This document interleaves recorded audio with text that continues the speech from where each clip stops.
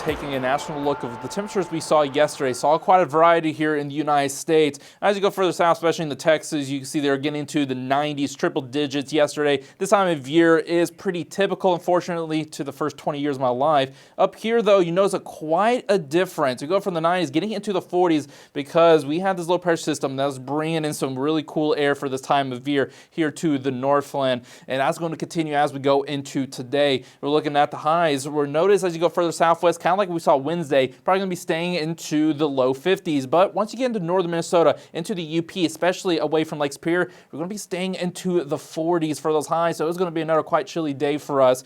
And that's because we're going to have the cloud cover and those northwest breeze. That's going to be quite blustery today. And blustery is a way of putting it because we're going to see some gusts getting over 30 miles per hour at times over the land, which is pretty windy. But if you get over Lake Superior, this is where those winds are going to be strongest. We're going to see them get up to 40 miles per hour or even closer to 45 miles per hour, even more at times. We're specifically getting up to 40 knots, which gets into the upper 40s when you convert that to miles per hour. And this is why we have the small craft advisories around the coastline. This is where we expect some waves getting up to 2 to 4 feet at times, especially along the south shore. But once you get more into open waters and the further east you go, we have those gale warnings. We could talk some waves getting up to 4 to 8 feet around the Apostle Islands. Once you get closer to the UP, we're talking 7 to 10 feet. This is going to be very wavy on Lake Superior, very choppy water. So just be cautious they're going to be on Lake Superior until you have any plans to. And if you're looking here at the satellite and radar, the bulk of the rain has moved out. However, we can continue to see some scattered showers like we've been seeing this morning,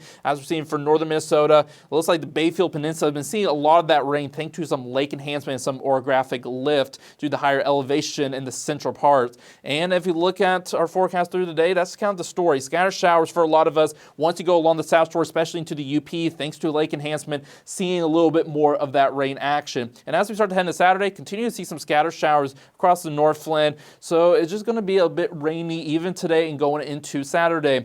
But it won't always be the case because this low pressure system has been bringing all the cool weather rain. We started seeing all the way back to Tuesday with the rain, Wednesday with the cool weather.